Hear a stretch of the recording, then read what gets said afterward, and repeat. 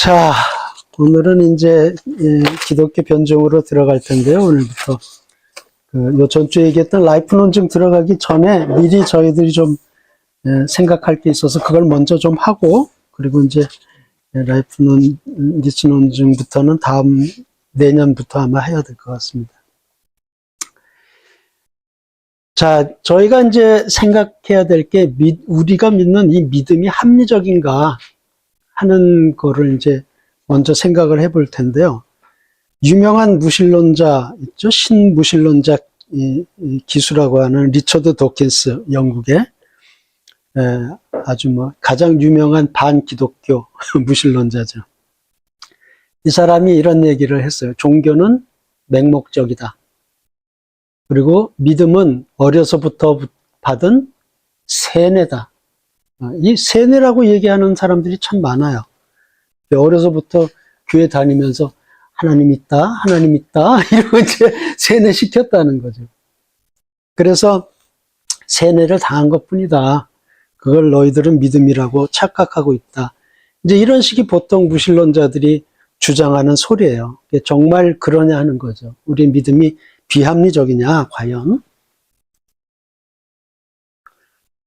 하나님이 계심을 증명할 수 있을까 하는 문제가 제일 먼저 대두가 돼요. 보통 무신론자들이 그러죠. 하나님 나한테 보여봐. 그럼 내가 믿을게. 이런 소리들을 많이 해요. 하나님을 보여준다는 거는 하나님 계시다는 걸 증명하는 건데, 과연 하나님 계시는 게 증명이 되느냐 하는 거죠. 어떻게 생각하세요? 하나님 계시다는 게 증명이 될까요? 상학적으로.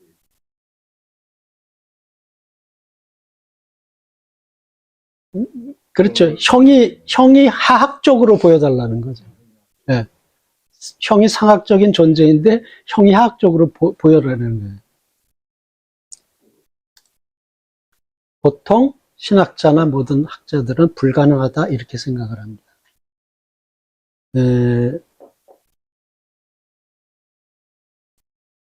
왜냐하면 하나님은 인간의 이성, 인간의 능력을 벗어난 존재라고 보통 생각을 해요.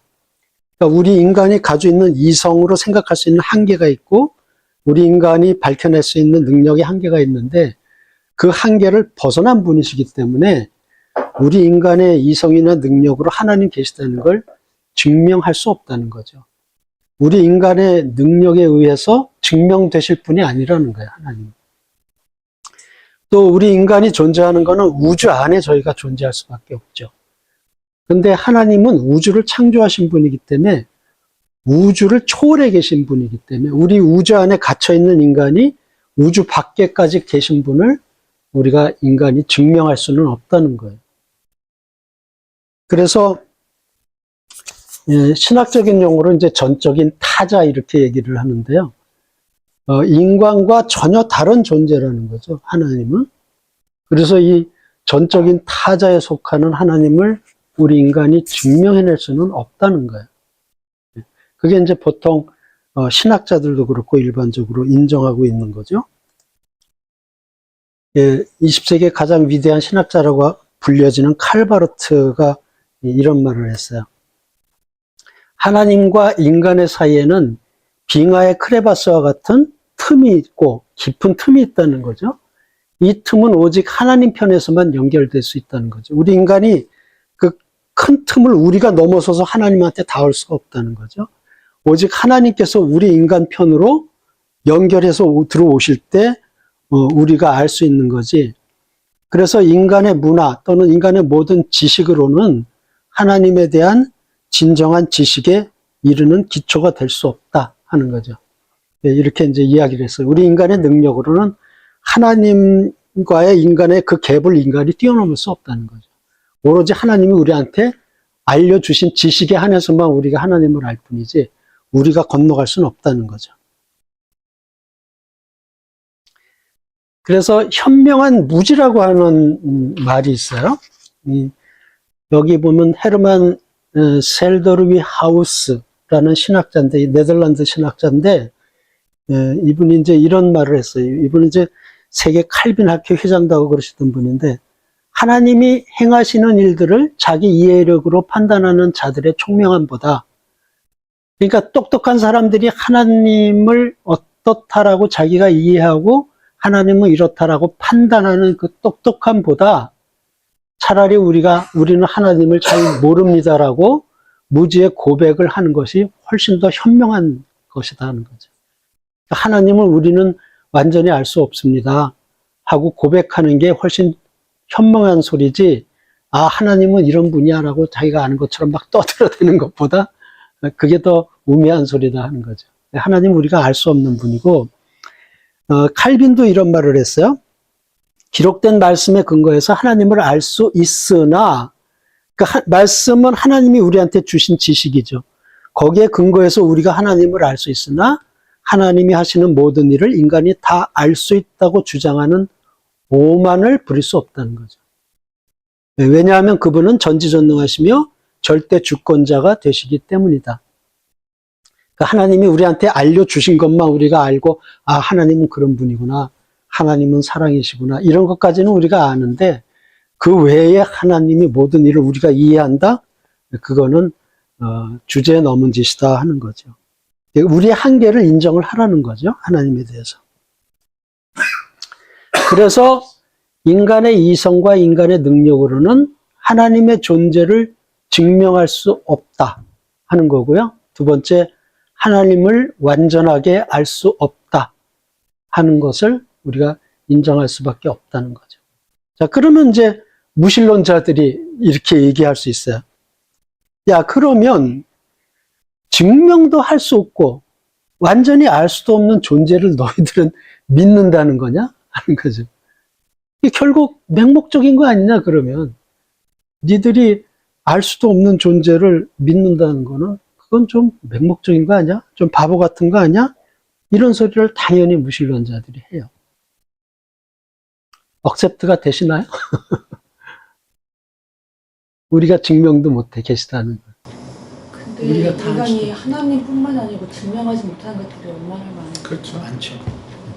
근데 특별히 그 최고 상위에 계신 하나님을 우리가, 그리고 예를 들면 증명하지 못한다고 해서 그게 존재가 없다라고 말하는 거는 약간 너무 일차원적인 거 같아요. 예, 벌써 이렇게 집사님은 벌써 그 수준에 다다르고 계세요.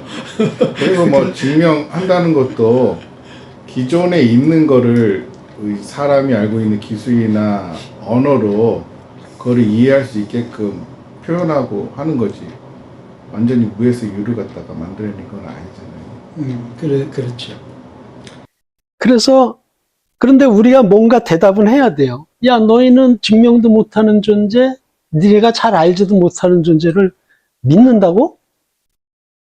그러면은 우리가 뭔가 대답을 해야 되잖아요. 그래, 네 말이 맞다, 우리는 맹목적이다, 이럴 수는 없잖아요.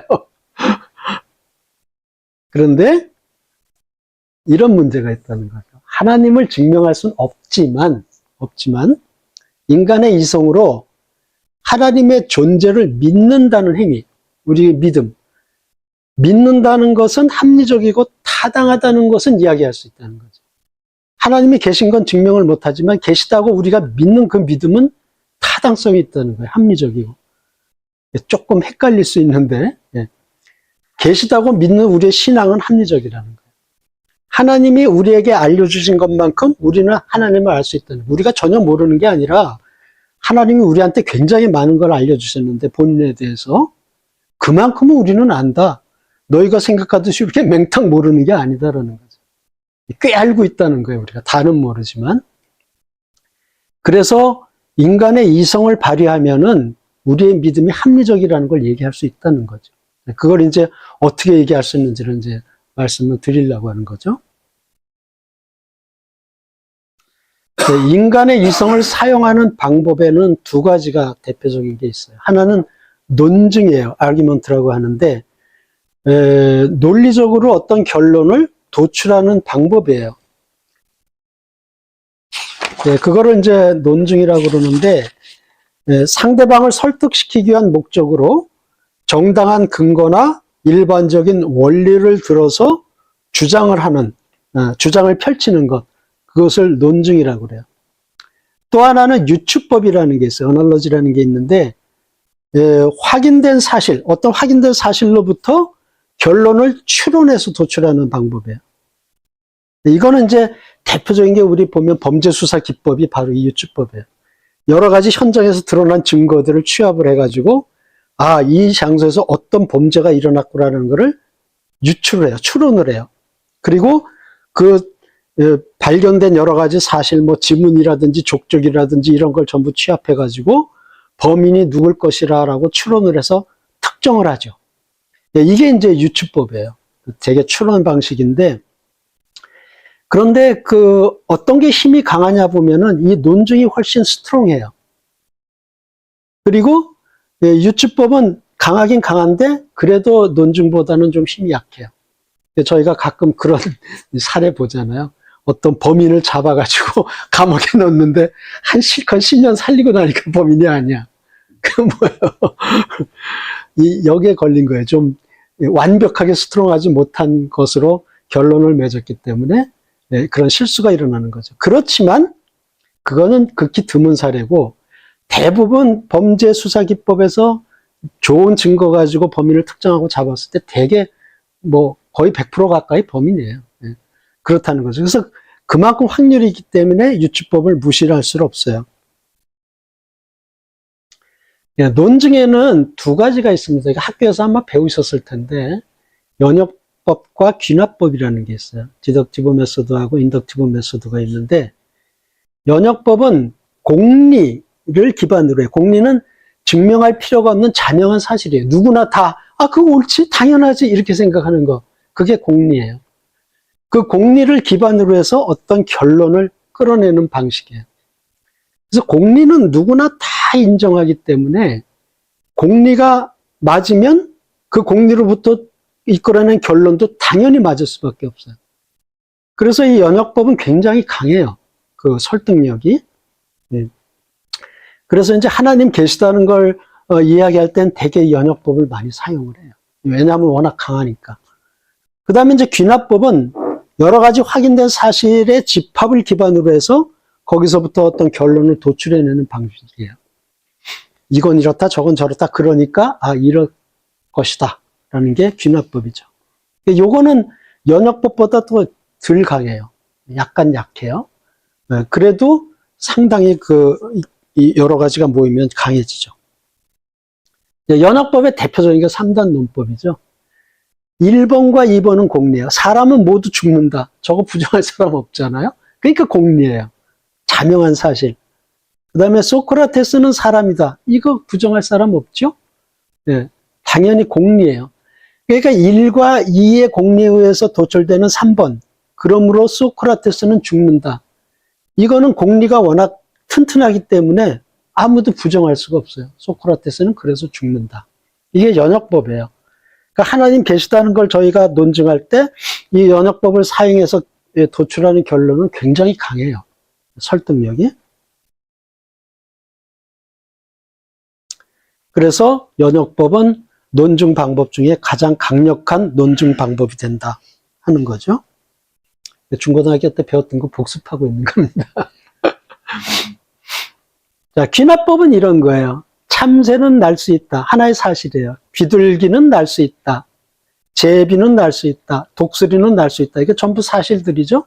그런 걸 다 모아놓고 보니까 그러므로 모든 새는 날 수 있다. 이렇게 결론이 도출되는 거죠. 이게 귀납법이에요. 그러니까 이런 사실들을 쫙 모아가지고 야, 다 이렇지 않냐? 그러니까 결론은 이런 거지 하고 설득하는 거죠. 날개가 있다. 생선은 날개가 있다. 그리고 날개가 있다. 근데 닭은 날개가 있다. 자, 근데 이게 뭐예요? 아시다시피 우롱이죠. 얘네들이 있어요. 타조, 펭귄, 날지 못하는 얘들이 있어요. 그러니까 이런 많이 있네. 타조도 타조 못 날아요. 들뛰지 쟤는. 들뛰어다니지. 나 얘 나는 거 못 봤어요. 그러니까 귀납법에는 이런 빈틈이 약간씩 있어요. 그렇지만 거의 대부분의 새가 날기 때문에 100%는 아니더라도 90% 이상, 90 몇 프로 이상은 인정할 수 있다는 거죠. 그래서 그 나름대로 귀납법에 힘이 있는 거예요.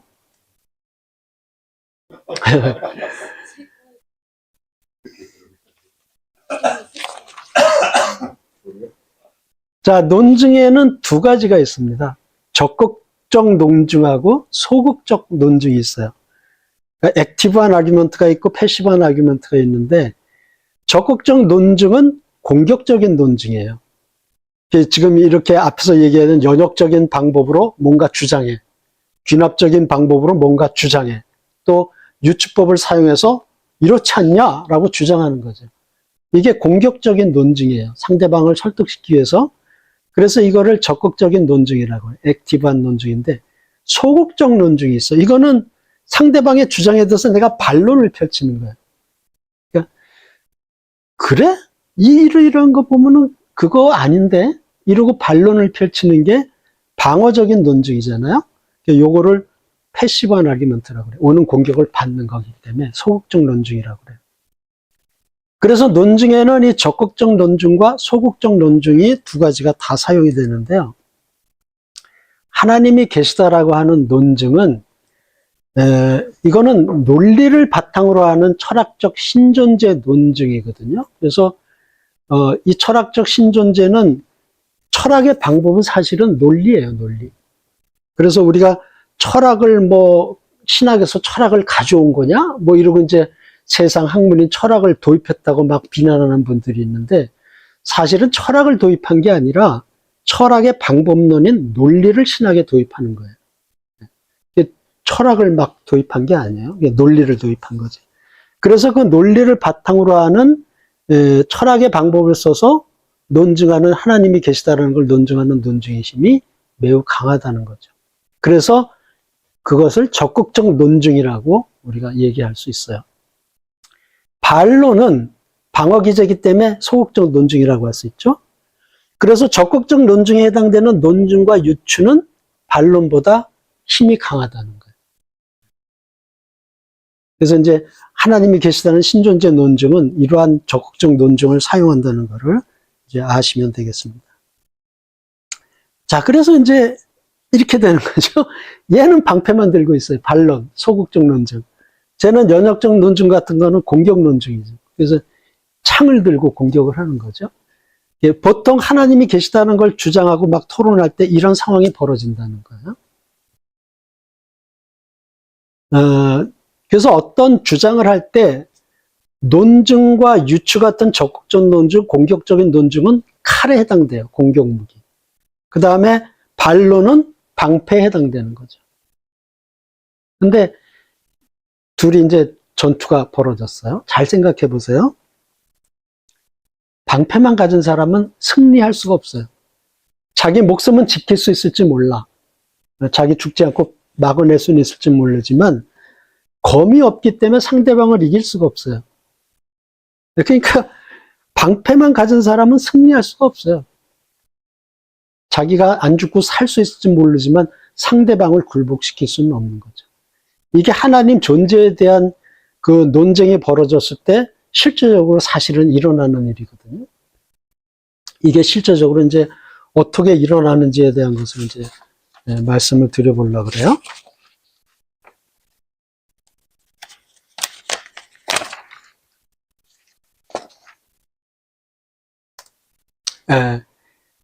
먼저 말씀드리면 이런 상황이에요. 유신론과 무신론이 대립을 하고 있을 때 유신론 쪽은, 우리가 하나님이 계시다 하는 쪽은 논증이 많아요.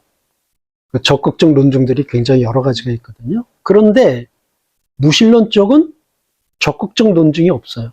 그러니까 뭘 논증해야 되냐면, 무신론 쪽 하나님이 안 계시다라는 걸 논증해야 돼요. 우리는 하나님이 계시다는 논증을 하고 있거든요. 근데 무신론 쪽은 그럼 반대로 하나님은 없다라는 걸 논증해야 돼요. 근데 하나님이 없다라는 논증이 없어요. 할 수가 없거든요. 그러니까 이 사람들은 뭐만 할 수 있냐면 하나님이 계시다는 것을 주장하는 우리들에 대해서 반론밖에 할 수가 없어요. 그러니까 무신론 쪽은 뭐만 들고 있냐면 방패만 가지고 있는 거예요. 방패. 근데 우리 유신론 쪽은 방패와 검을 다 들고 있는 거예요. 그러니까 기본적인 구조상 하나님이 계시다 안 계시다라는 걸 토론할 때 이미 우리가 훨씬 유리한 상황에서 시작되는 거죠. 근데 이런 사실을 잘 몰라요. 교회 다니시는 분들도. 그러니까 괜히 하나님 계신다는 거 토론한 자 이러면 주눅이 들어. 근데 사실은 그렇지 않다는 거거든요. 네, 먼저 이제 저희가 약간 생각하고 넘어갈 게 이 증명이라는 단어인데요. 신존재 논증을 보통은 신존재 증명이다 이렇게 얘기를 해요.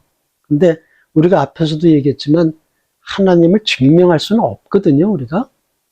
그래서 증명, 프루프라는 단어를 사용하기보다는 논증, 아규먼트라고 하는 단어를 사용하는 게 사실은 더 좋아요. 안전하고.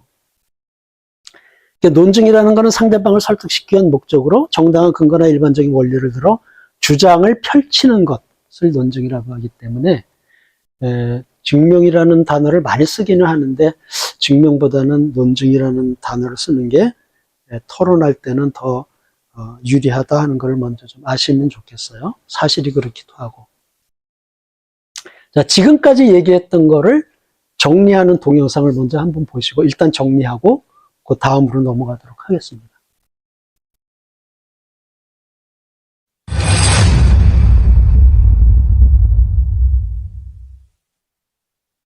많은 무신론자들이 하나님을 믿는 그리고 예수님을 믿는 우리 크리스찬들에게 맹목적으로 종교에 빠진 사람들이라고 비난하고 무시합니다.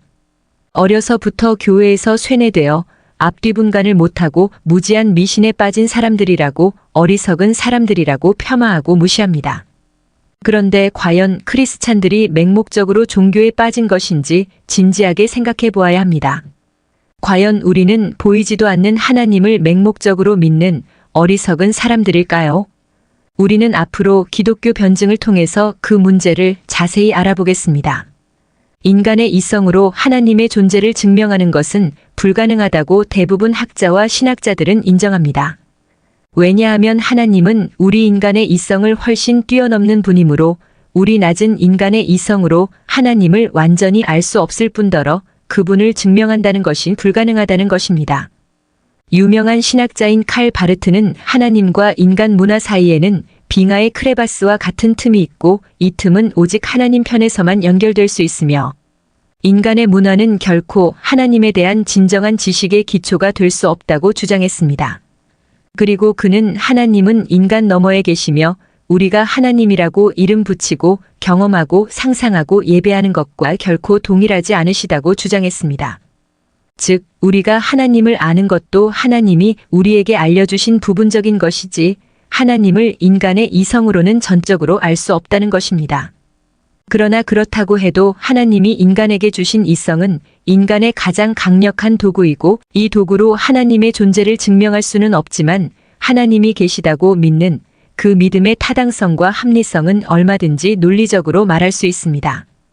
그래서 이 믿음의 타당성과 합리성을 논리적으로 말하는 것, 그것을 기독교 변증이라고 합니다. 신의 존재를 이야기할 때 두 가지의 인간 이성을 사용하는 방법인 논증과 추론 방식인 유추법이 사용된다고 말할 수 있습니다.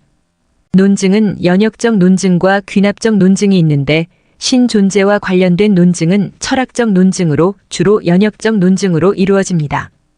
연역적 논증은 자신의 주장이 참임을 증명할 필요가 없는 자명한 진리, 즉 공리를 기반으로 어떤 결론을 이끌어내는 방식입니다. 우리가 잘 아는 3단 논법이 연역적인 논증 방법이라고 할 수 있습니다. 예를 들면 이런 것입니다. 사람은 모두 죽는다. 첫째 공리입니다. 소크라테스는 사람이다. 둘째 공리입니다. 그리고 이 공리들로부터 결론이 유도됩니다. 그러므로 소크라테스는 죽는다. 결론입니다. 연역적인 논증은 귀납적 논증과 비교할 때 논증의 힘이 더 강하다고 볼 수 있습니다. 그것은 귀납법의 본질적 한계 때문에 그렇습니다. 귀납적 논증의 예를 들면 이렇습니다. 참새는 날 수 있다. 구체적 사실의 하나입니다. 비둘기는 날 수 있다. 구체적 사실의 하나입니다. 독수리는 날 수 있다. 구체적 사실의 하나입니다. 그러므로 모든 새는 날 수 있다. 결론입니다. 그러나 우리는 이 결론이 틀리다는 것을 알고 있습니다. 타조나 펭귄 등 날지 못하는 새가 있기 때문입니다. 또 다른 귀납법의 예를 들어보겠습니다. 내가 사는 도시의 백조는 하얗다. 다른 도시의 백조도 하얗다. 그러므로 백조는 하얗다. 그런데 이 귀납적 논증은 하얗지 않은 백조가 한 마리라도 발견되면 손상되고 맙니다. 실제로 색이 까만 백조, 즉 흑조인 블랙스완이 호주에서 발견되었습니다. 그래서 귀납법은 어떤 명제의 신빙성을 강화시켜 줄 수는 있지만 연역법처럼 불변의 결론을 유지하기가 쉽지 않습니다. 또 다른 이성적 방식으로 유추법이 있습니다. 유추법은 어떤 확인된 사실들로부터 논리적으로 추론하여 다른 사실을 이끌어내는 방식을 말합니다. 이 방식은 범죄 수사에서 많이 사용되는 방식으로 여러 가지 범죄 현장의 정보를 수집한 뒤 그 정보로부터 범죄 상황을 확인하고 범죄자를 찾아내는 방식입니다. 그러나 유추법은 말 그대로 유추하는 것이므로 증명의 수준에는 다다르지 못한다고 말할 수 있습니다. 그래서 유추법은 연역적 논증처럼 논증의 힘이 강하지 못하다고 말할 수 있습니다. 그러나 유추법으로 하는 논증은 한 결론을 가리키는 서로 다른 유추가 많아지면 많아질수록 그 힘이 강화되어 연역적 논증 못지않은 힘을 갖기 때문에 절대 무시할 수 없는 방법입니다. 신의 존재를 옹호하는 논증은 주로 연역법과 유추법이 사용되며 보조적으로 귀납법도 사용되는 총체적으로 인간 이성을 총동원하는 것이라고 말할 수 있습니다. 이러한 논증과 유추들은 그에 대응하는 반론들이 생길 수 있는데 얼만큼 설득력 있는 반론이 나타나는가에 따라 논증이나 유추의 힘이 드러나게 됩니다. 특히 연역적 논증에서는 공리에 해당하는 부분을 손상시킬 수 있다면 그 논증을 무너뜨릴 수 있습니다. 연역적 논증의 기반은 공리이기 때문에 그 공리가 무너진다면 당연히 결론도 무너지기 때문입니다. 그러나 공리가 무너질 가능성은 매우 낮습니다. 공리의 의미 자체가 이미 증명할 필요 없는 자명한 진리로 받아들여지고 있는 것이기 때문입니다. 논증에는 적극적 논증, 즉 액티브한 논증과 소극적 논증, 즉 패시브한 논증이 있습니다.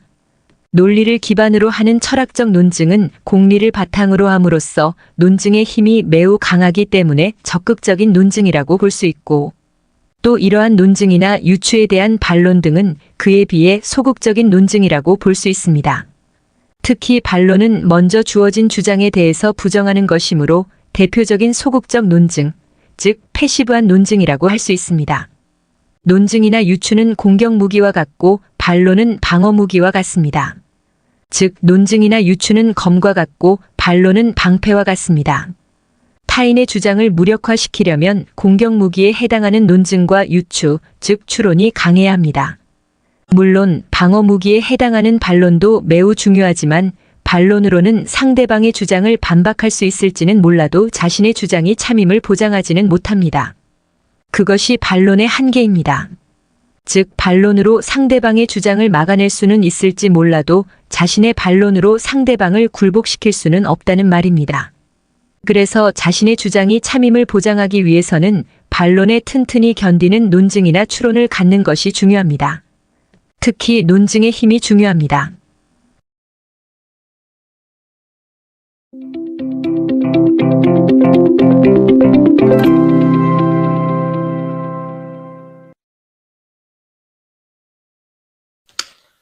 자, 그래서 신존재 논증을 할 때 무신론과 유신론의 논증을 비교해 보면은요, 말씀드린 대로 무신론 쪽에는 적극적인 논증이 없어요. 하나님이 없다라는 것에 대한 논증이 별로 없고 거의 반론뿐이에요.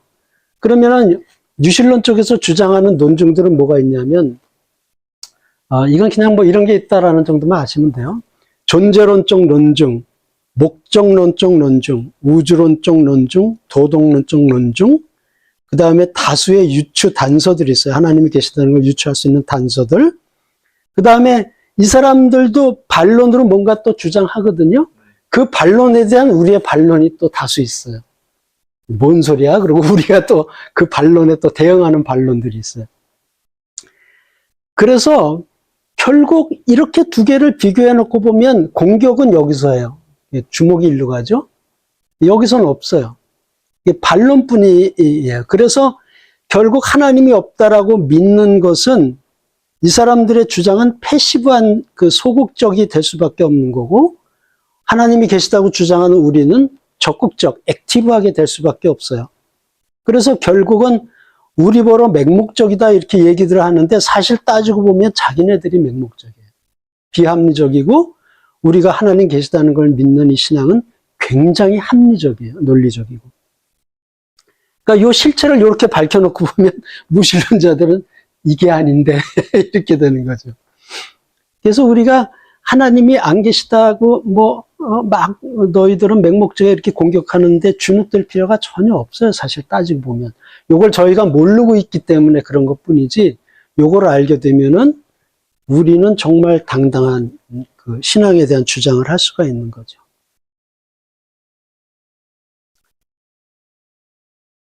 두 가지의 믿음인데 요거 하나는 하나님이 없다라고 믿는 믿음과 하나님이 계시다라고 믿는 두 가지의 믿음이죠. 무신론과 유신론의 믿음.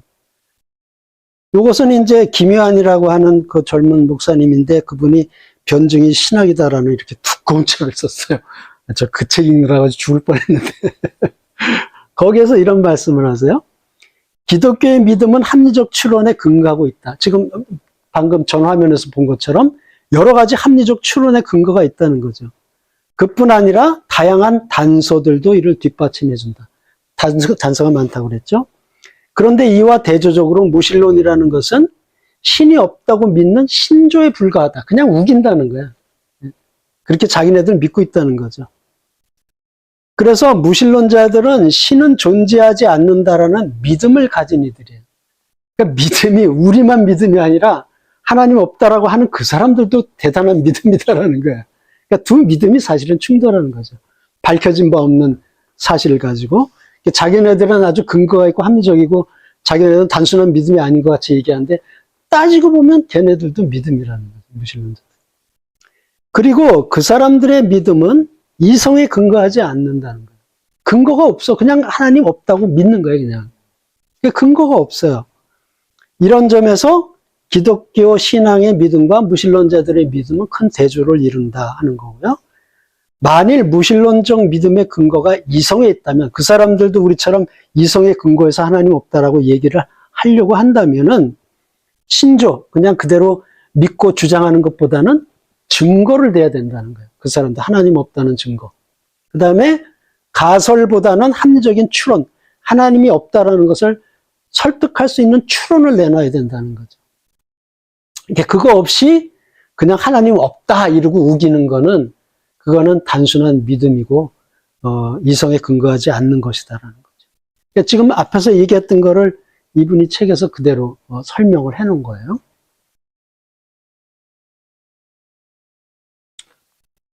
네, 이거를 그냥 한번 소리로 다시 기독교의 믿음은 합리적 추론에 근거하고 있다. 그뿐만 아니라 다양한 단서들도 이를 뒷받침해준다.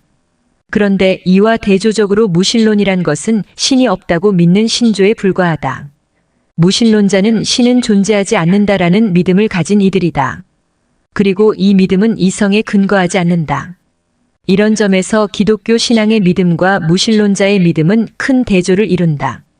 만일 무신론적 믿음의 근거가 이성에 있다면 신조보다는 증거에, 가설보다는 합리적 추론에 의존해야 한다.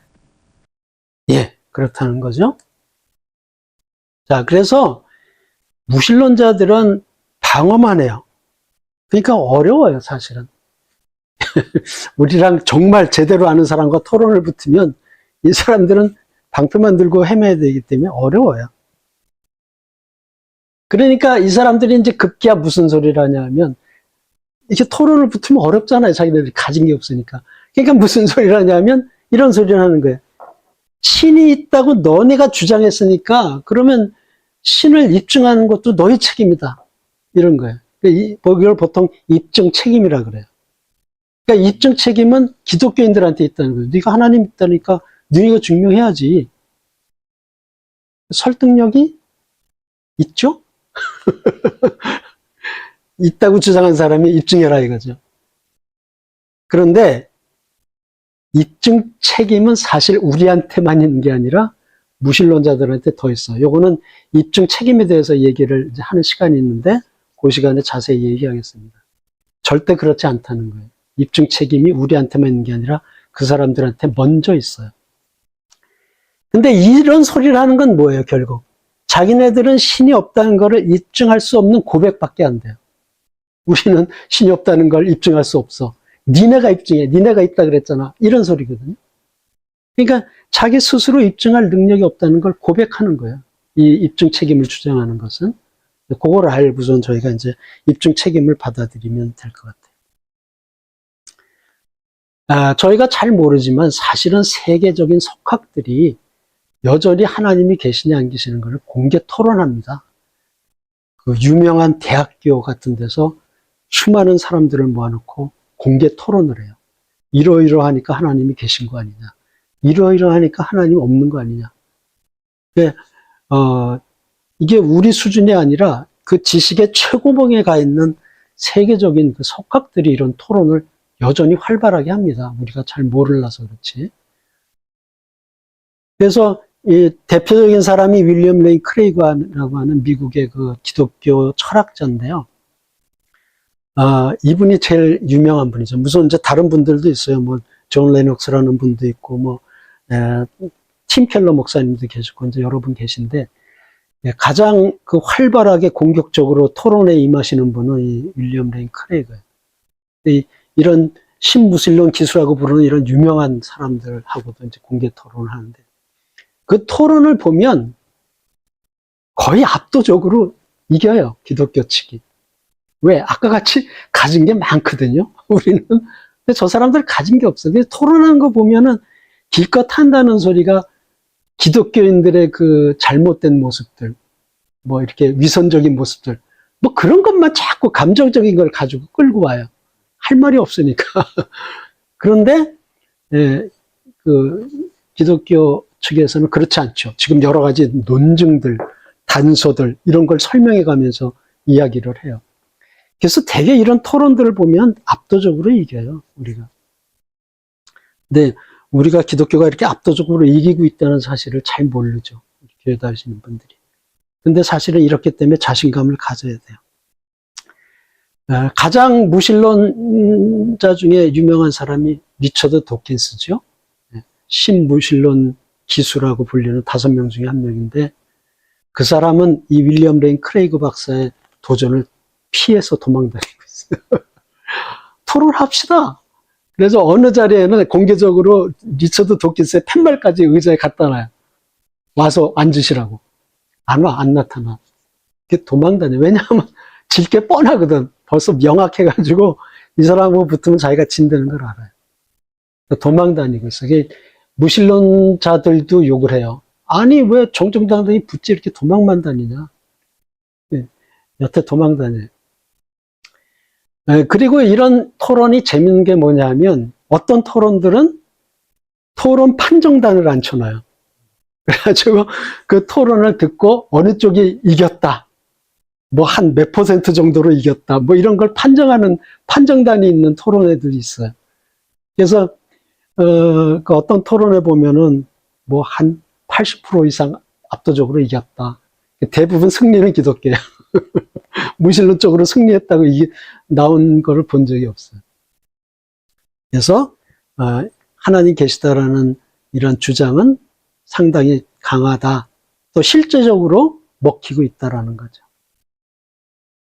그래서 우리가 잘 모르지만 세계 최상위 학자들은 아직도 신존재 토론에 대해서 진지한 토론을 아직도 하고 있어요. 우리가 괜히 하나님 계시다라고 밖에 나가서 이렇게 떠들고 이제 그 목사님도 같이 말씀하셨지만 하나님을 자랑하고 다니는 그런 거를 우리가 못할 것 같은데 오히려 최상위 학자들은 그러고 있다는 거예요. 여기에 재밌는 영상이 하나 있는데 이게 존 레녹스라고 그래가지고 그 옥스퍼드 대학의 수학 교수이자 이제 이렇게 철학자이고 사상가인 분인데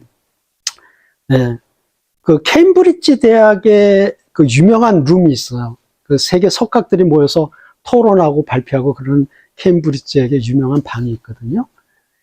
거기 가서 세계적인 석학들을 모아놓고 하나님 계시다는 걸 이런 논증을 하는 동영상이에요. 지금 영어로 돼 있어서 앞에만 잠깐 보겠는데요.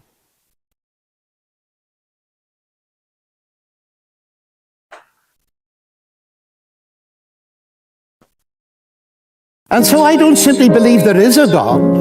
I've come to know him and trust him.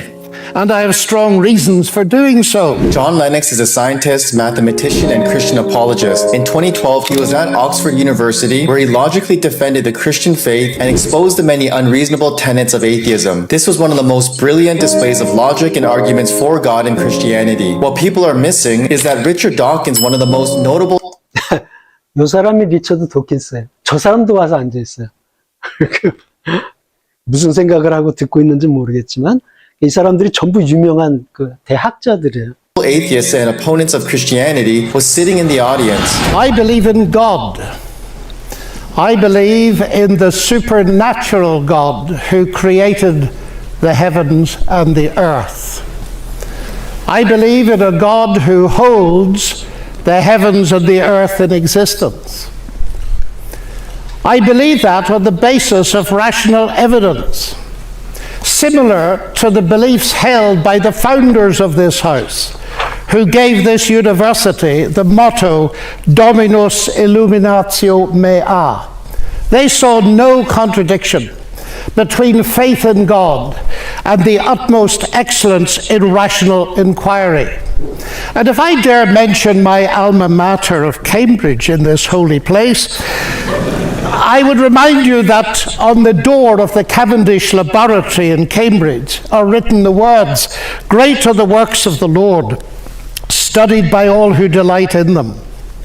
And as we look at the rise of science in the 16th and 17th centuries, Alfred North Whitehead and many others commented that men became scientific because they expected law in nature, and they expected law in nature because they believed in a lawgiver. So, ladies and gentlemen, I'm not ashamed of being both a scientist and a Christian, because arguably Christianity gave me my subject. What I am amazed at is that serious thinkers today continue to ask us to choose between God and science. 네. 과학자로서 자기는 하나님 자랑하는 거 부끄럽지 않다는 거죠. 그리고 이제 쭉 여러 가지의 논증을 이어나가요. 요 다음 페이지에서 이제 보여드릴 그런 논증들을 막 가져와서 이야기를 하죠.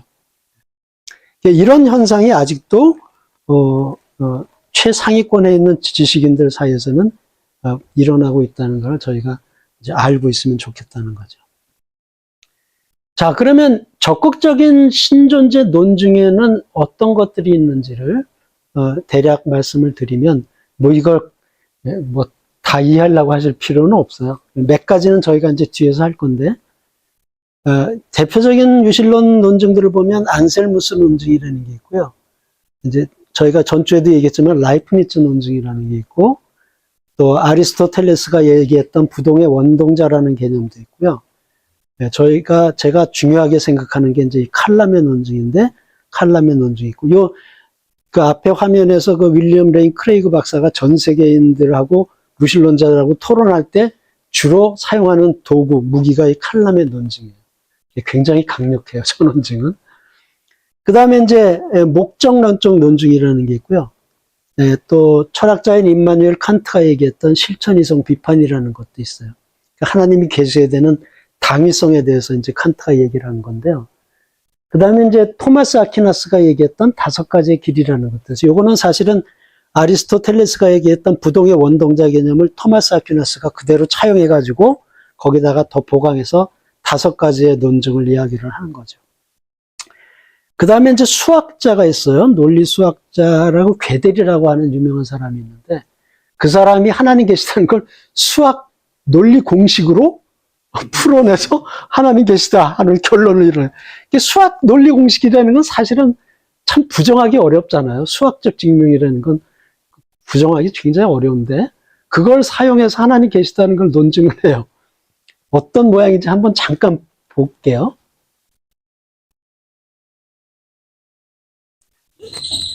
네, 이겁니다. 짜증이 확 나시죠? 와.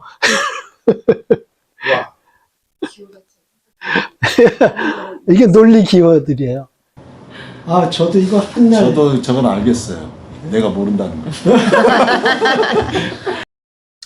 그래서 사실은 이런 무기들이 많아요. 여러 가지 논증들이. 여기서 이제 저희가 다뤄볼 거는 라이프니츠 논증, 부동의 운동자. 이건 짧기 때문에 금방 할 거고요.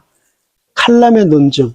그 다음에 여기 하나 빠졌는데 도덕론적 논증이 빠졌네. 도덕론적 논증. 예. 거기까지는 이제 한번 다뤄보려고 합니다.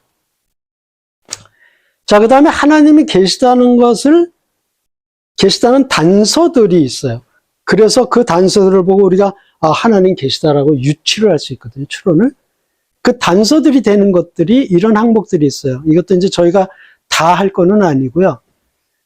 우주의 미세 조정이라는 게 있고 지구의 미세 조정이라는 게 있어요. 우주의 미세 조정은 그냥 간단히 얘기하면 나중에 이제 자세히 하겠지만 우리 그 생명체가 존재하기 위해서 우주에 관한 여러 가지 물리 공식들이 있잖아요.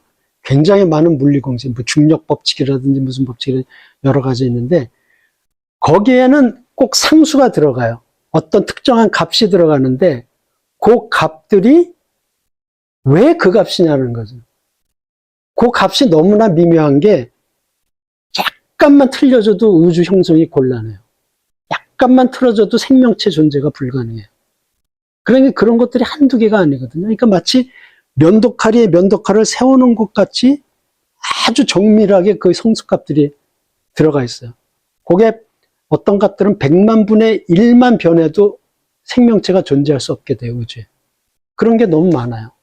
그런 거를 우주의 미세 조정이라고. 그러니까 생명체가 우주 안에 존재하기 위해서 하나님이 우주를 조정해 놨다는 거죠. 예. 그게 이제 미세 조정인데, 그건 우주에만 있는 게 아니라 지구도 마찬가지예요. 지구의 생명체가 존재하기 위해서는 여러 가지의 그 조정값들이 있어야 돼요. 또 수학적 구조의 우주. 우주를 물리학적으로 수학 표현을 하잖아요. 그래서 수학적 구조를 우주가 가지고 있다는 거는 뭔가 지성적인 게 개입되어 있다는 뜻이거든요. 또 무수한 시스템의 존재. 시스템은 뭔가 맞춰서 돌아가는 하나의 완전한 그 구조죠. 그런 시스템이 너무 많아요. 우리 태양계, 공전, 자전 이런 거 다 시스템이거든요. 그래야 안정이 되기 때문에. 그런데 그런 시스템은 아주 미세한 미시 세계부터 거시 세계까지 너무나 많아요. 그러니까 어떤 지적인 존재 없이 저런 게 형성됐다는 건 이해하기 어렵다는 거죠. 칼람의 논증, 이거는 이제 나중에 자세히 할 거고요. 리만 가설 혹시 들어보셨나요? 세계적으로 풀지 못하고 있는 수학 난제들이 있어요. 뭐 뿌앵카레 무슨 뭐니 뭐. 근데 그 중에 아주 탑을 달리는 게 리만 가설이에요. 리만 가설을 우리가 수학적으로 이해할 수는 없는데 그 전개되는 과정을 우리가 이제 쉽게 이해할 수 있거든요. 그런데 리만 가설이 하나님이 세상을 창조했다는 것을 아주 극명하게 드러내는 부분이 드러나요. 리만 가설에서. 그래가지고 리만 가설을 연구하는 사람들은 세상은 그냥 생긴 게 아니구나. 이거를 느끼는 사람들이 굉장히 많아요. 나중에 이제 한번 하겠습니다. 그 다음에 의식과 자유의지의 존재. 인간의 의식과 자유의지가 물질이 아니잖아요. 어떻게 생기냐. 그러니까 하나님 계시지 않으면 인간의 의식과 자유의지라는 비물질적인 게 존재할 수 없다는 거죠. 또 우리가 잘 아는 예수님의 부활. 부활 논증도 아주 치열한 논증 중에 하나인데 예수님의 부활이 하나님 계시지 않으면 부활이라는 거 있을 수 없다는 거고요. 또 하나 이제 단적인 예는 바울의 회심이에요. 기독교인 잡으러 가던 사람이 갑자기 다메섹에 나타나서 그리스도를 따르라 이러고 나타나요. 말이 안 되잖아요. 어떻게 기독교인 잡으러 간 사람들이 갑자기 다메섹에 나타나서 기독교인을 옹호해? 그거는 말이 안 되는 일이 벌어진 거죠. 그것도 하나님 계시다는 하나의 증거예요. 물론 이제 예수님을 만난 거지만. 그 다음에 우리가 앞에서도 잠깐 봤지만 성령의 은사들, 아직도 기적적인 그 것들을 우리가 보거든요. 암이 하룻밤새 없어졌다든지, 뭐, 우리가 봤지만 동영상에서 뭐 다리가 막 길어지는 현상 같은 거라든지, 장님이 갑자기 눈을 뜬다든지, 이런 성령의 은사들이 아직도 발생되는 걸 목격할 수 있기 때문에 하나님 계시다라는 거 증거가 되는 거고요. 또 예언의 성취, 성경의 여러 가지 예언들이 그대로 성취되고 있다는 사실, 그것도 하나님이 계시다는 단서가 되고, 또 최근에 이렇게 많이 부각되는 게 ND 영상이에요. Near Death Experience라고 해서 그런 죽었다 심장이 멈췄는데 다시 살아난 사람들이 깨어나가지고 내가 영원히 뭐 어떤 터널을 빠져나가가지고 어떤 밝은 빛을 받고 예수님을 봤다. 뭐 이런 증언들이 굉장히 많아요. 그래서 너무 많으니까 그런 증언들이 그걸 아주 ND 현상이라고 해서 이름을 붙였어요. 최근에는 이것도 하나님 계신 증거로 이야기들을 많이 하더라고요. 자, 그래서 이제 하나님이 계시다는 증거들은 로마서에 바울 선생님이 이렇게 말씀하셨어요. 그게 바로 이 단서들을 얘기하는 거거든요. 하나님을 알만한 일이 사람에게 환히 드러나 있습니다. 하나님께서 그것을 환히 드러내 주셨습니다. 이 세상 창조 때로부터 하나님의 보이지 않는 속성, 곧 그분의 영원하신 능력과 신성은 사람이 그 지으신 만물을 보고서 깨닫게 되어 있습니다. 그러므로 사람들은 핑계를 댈 수가 없습니다. 네. 이 말씀이 바로 이 단서들을 얘기한 거라고 저는 생각이 들어요. 세상을 봐라. 어떻게 하나님이 안 계시다고 얘기할 수 있느냐는 거죠. 너무나 많은 단서들이 있다. 바울 사도는 벌써 그런 걸 간파하시고 이 로마서 1장 19절에서 20절의 말씀을 하신 거죠. 핑계댈 수가 없다는 거죠. 어떻게 하나님이 없다고 핑계할 수 있냐. 그래서 지금까지 했던 거를 다시 동영상으로 한번 정리를 하겠습니다.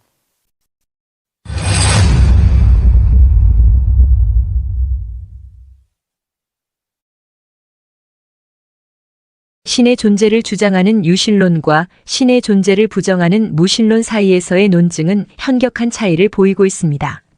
사실은 논증적으로 무신론 측은 상당히 빈약하다고 볼 수 있습니다.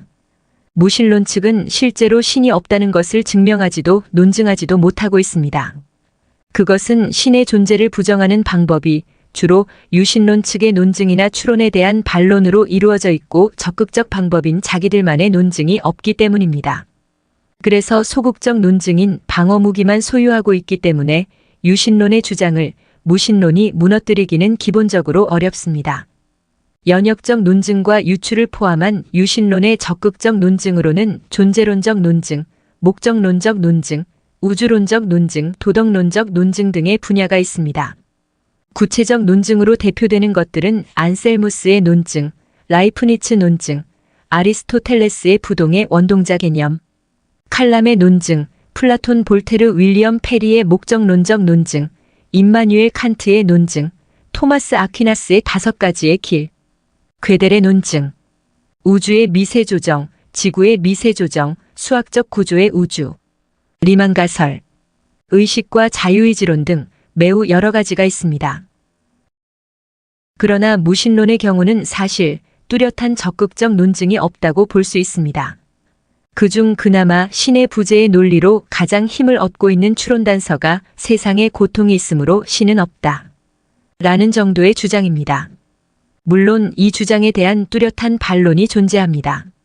그리고 대부분의 무신론 논증은 유신론 논증에 반박하는 반론, 즉 소극적 논증이 주를 이루고 있을 뿐입니다.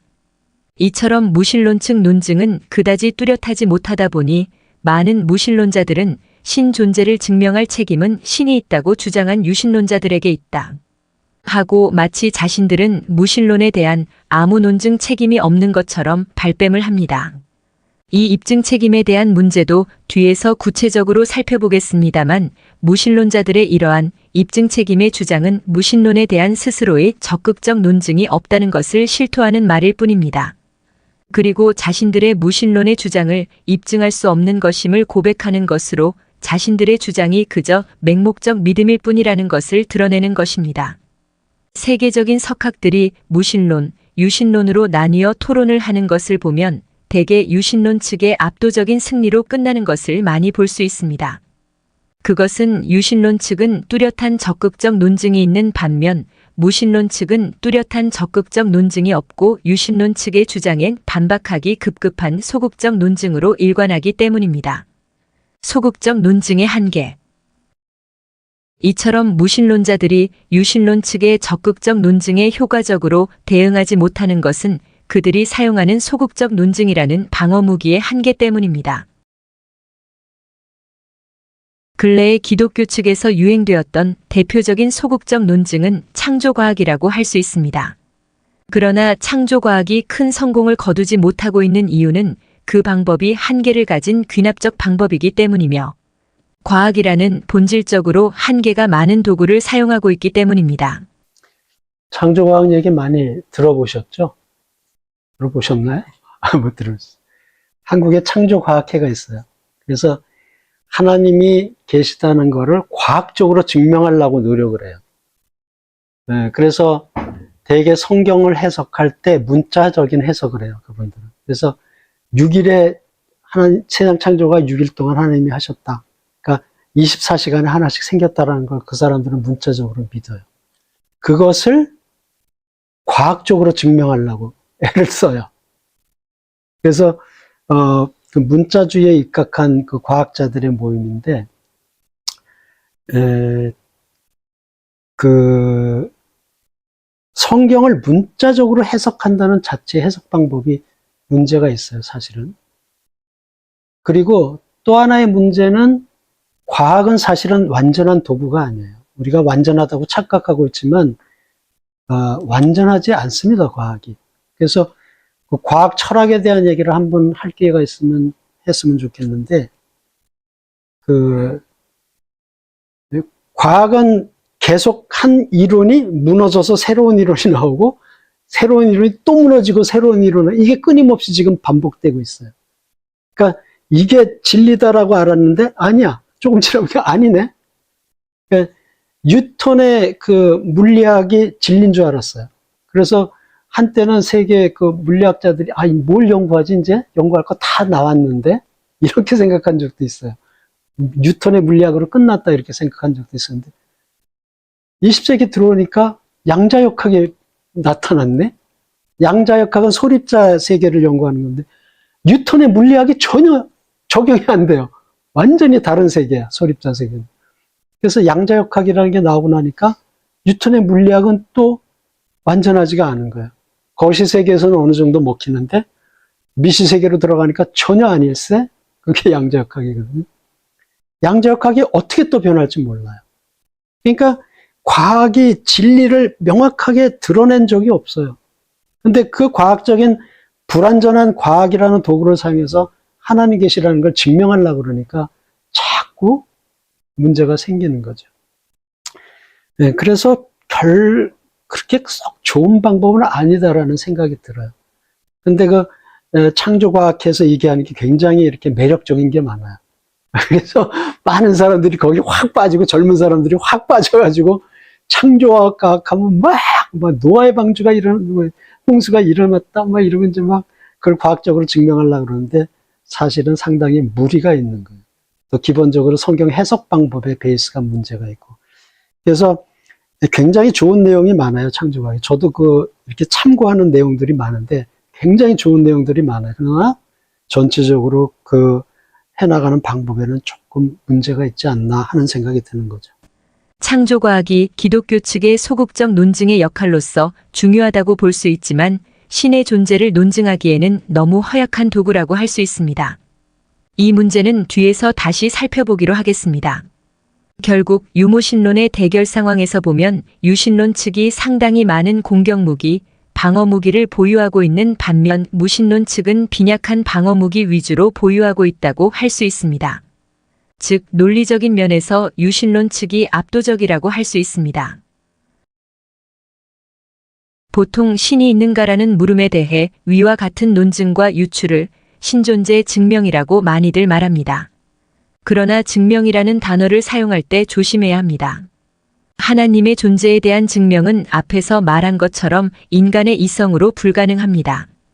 그래서 사용하는 단어가 논증이며 또한 귀납적 단서들을 증거라고 하기보다는 단서라고 하는 것이 좋습니다.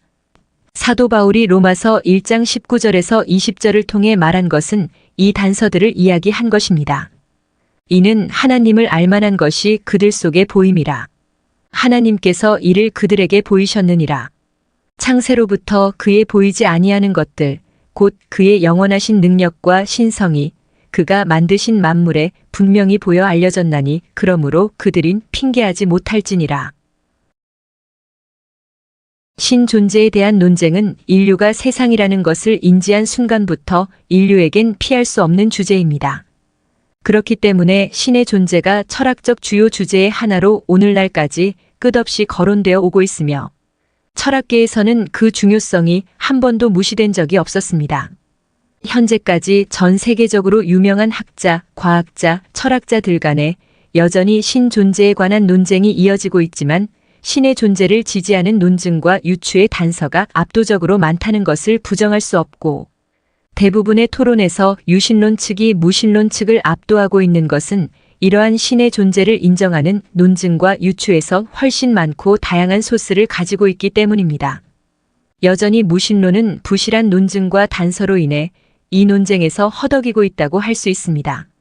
뒤에서 신존재를 지지하는 대표적인 적극적 논증과 유추 몇 가지를 살펴보도록 하겠습니다.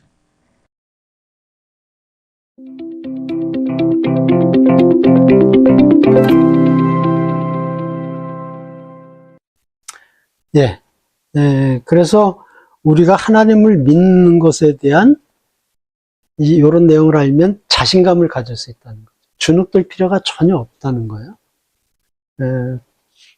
그래서 일단 신앙의 자신감을 가질 필요가 있고 하나님을 자랑한다는 것이 우리는 사실은 상당히 똑똑한 일이고 스마트한 일이고 하다는 것을 먼저 이해를 했으면 좋겠어요. 이런 내용을 저희가 지금까지 잘 몰랐기 때문에 괜히 무신론자가 뭐 과학을 들춰내면서 막 뭐라 그러면 괜히 주눅이 들어가지고 그랬는데 그럴 필요가 전혀 없다는 거죠. 이제 그거를 배워가자는 거죠.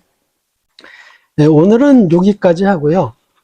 다음 시간에는 우리의 믿음이 어떻게 생기는지에 대한 그 믿음의 구조를 설명하는 시간을 갖도록 하겠습니다.